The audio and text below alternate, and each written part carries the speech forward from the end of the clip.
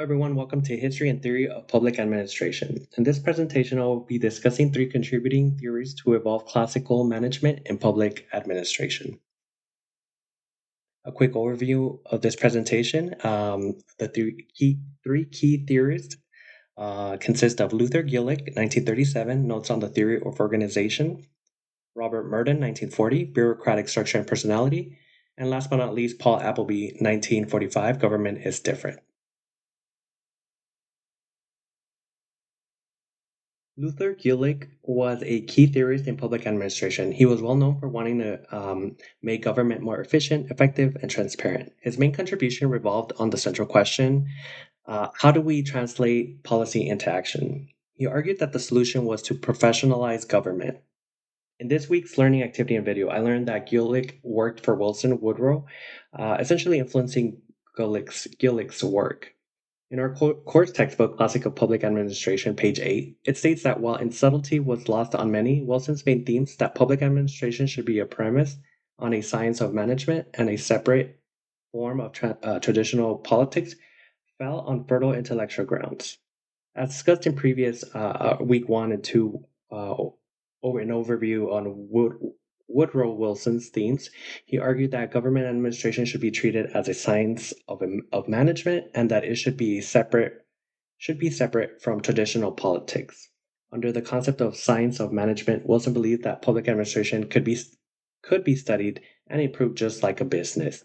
He argued that there are objectives to best organize and operate government functions to achieve efficiency and effectiveness and have less corruption. As a result, Gillick expanded the theory of politics administration dichotomy by creating a guide for managers and administrators. In our course textbook, Classic of Public Administration, under Gillick's article, it states that the theory of organization, therefore, has to do with the structure of coordination imposed upon the work division units of an enterprise, page 105. Gillick's contribution to public administration introduced the concept of organizing the executive through the concept of Pause Corp. In our course textbook, Classic of Public Administration, page 112, it defines Pause Corp as a framework that is adapted from the functional analysis elaborated by Henry Fayol in his Industrial and General Administration. It is believed that those who know administration intimately will find in this analysis a valid and helpful pattern into which can be fitted each of the major activities and duties of any chief executive. Theory to application. The theory of Woodrow Wilson and Luther Gillick are relevant to the Affordable Care Act under the concepts of politics and administration dichotomy and science of management. For example, the Affordable Care Act is a policy which was translated into action through an administrative system. The law itself was the product of a political process, but the implementation was dependent on the administrator or professional. In summary, one of the common attributes between Wilson, Fayol, and Gillick is that they were true advocates that focus on structural theories who paved the way to better serve the public effectively and efficiently. Moving on to Robert Merton, 1940. Merton is a key theorist who helped public administration evolve by building on Max Weber's theory by looking at the bureaucracy or bureaucratic structure and personalities of organization. Merton focused primarily on the imperfection of bureaucracy, for example, trained incapacity.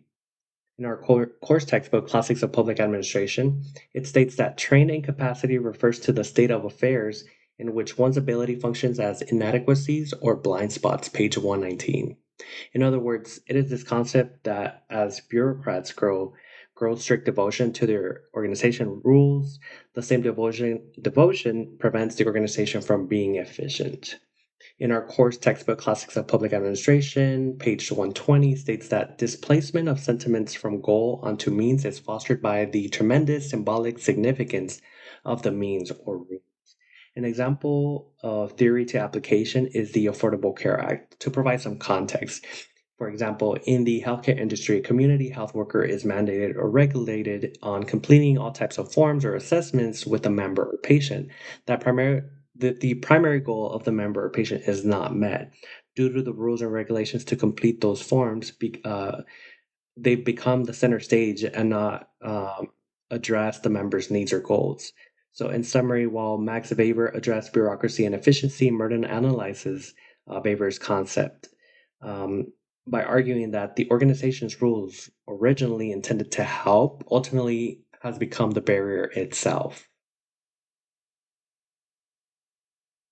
Moving on to our third key theorist, Paul Appleby, 1945.